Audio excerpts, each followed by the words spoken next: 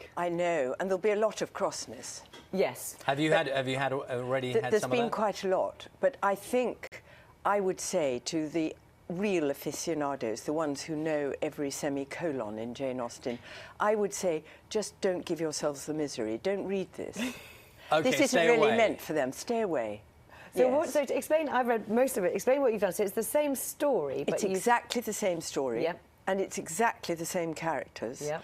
and exactly the same attitude, because Jane actually teases every single member of her cast, except for two, Eleanor, who's the sense, Marianne's the sensibility, and the noble Colonel Brandon, who was played by Alan Rickman in that admirable movie. Yeah. And they are the only two she doesn't tease. Everyone else she sends up a bit. So it's very liberating, actually, to follow in that rather sort of merry footsteps. Now, I'm one of those people who had never read the original. I will admit to that now, had never read it. And so when I got your book, I read the first few chapters, and then I found the original and read that as well. And it is very interesting to compare. I suppose it's modern day storytelling as compared with Jane Austen's style. It is, but she was concerned with exactly what we're concerned with. Her great three themes were money, class, and romantic love. And that's exactly what inspires most modern fiction. Obviously not thrillers, but you know, that is the great preoccupation. But in terms of the prose themselves, the actual writing, what's the key difference? Because there is a very big difference, isn't there, between the way you launch into the book and the way she does? Well, she was a Georgian, so she was very robust. She wasn't a sort of mincing lady in sprigged muslin at all. She would have been very practical. She would have understood about life and about men and women very much more than she's often allowed to be. But she would have written with a formality that reflected the manners of the time and the, you know, the architecture of the time. Everything then was more measured and more deliberate. And also, action would have happened subtly in conversation. And we need action to be action. We need something to happen when we open a book. We need it to happen really quite fast. Are you going to read us a little bit? Well, I will read you just a little bit, because this is quite a famous bit when Willoughby, who is the really hot love rat sort of hero that Marianne falls for, he gives Marianne a horse that the family absolutely can't afford because they needed a servant to look after it and a stable and so on.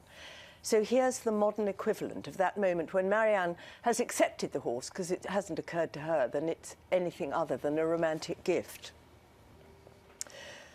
Marianne said carelessly, "I saw Wills today, and he said he was going to give me a car." Her sister Margaret dropped her knife with a clatter. "Wow!" "Marianne," her older sister Eleanor said, earnestly, leaning forward, "he can't. You can't." Marianne regarded her sister. "Why can't we?" "You can't accept a car from Wills," Eleanor said. Margaret picked up her knife again. "What kind of car?" "An Alfa Romeo Spider," Marianne said airily. "Series 4, a design classic." Their mother glanced at her older daughter. Then she said to Marianne, "Dear one, he is so wonderful," Marianne said. "Yes, darling, yes, he is.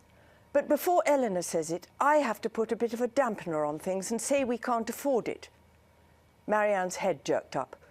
"What's to afford? He's giving me a car." You've been practicing your delivery.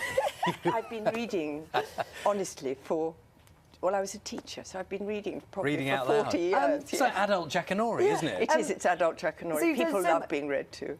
Oh yes, and there's so many things have changed. So it's you know, it's very much the kind of the social network generation that you're Very dealing much with, so. isn't it? And Even on the jacket, you can see that Yes, they're the they're Jane wearing their Austen headphones, portraits, aren't but they? they've got their headphones on. Have you enjoyed it?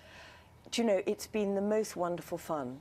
And I feel Jane herself would have approved of it, Yeah. of the project, because she was just on the cusp of bestsellerdom when she died. She was only 41. And she was longing for it. And she was very practical. She understood about money. And it would have given her a liberty nothing else would possibly give her in those days. Lovely to see you here today, and thank you for your reading. You did a much better job than either Lou or I could have done, for sure. Well, me, certainly. How about you? And me. Thank you very much. Joanna's modern reworking of Jane Austen's Sense and Sensibility is out on Thursday. The other ones are being done as well. For example, Alexander McCall-Smith is reversioning Emma as well. He is. Reversioning is key word, isn't it? Yes.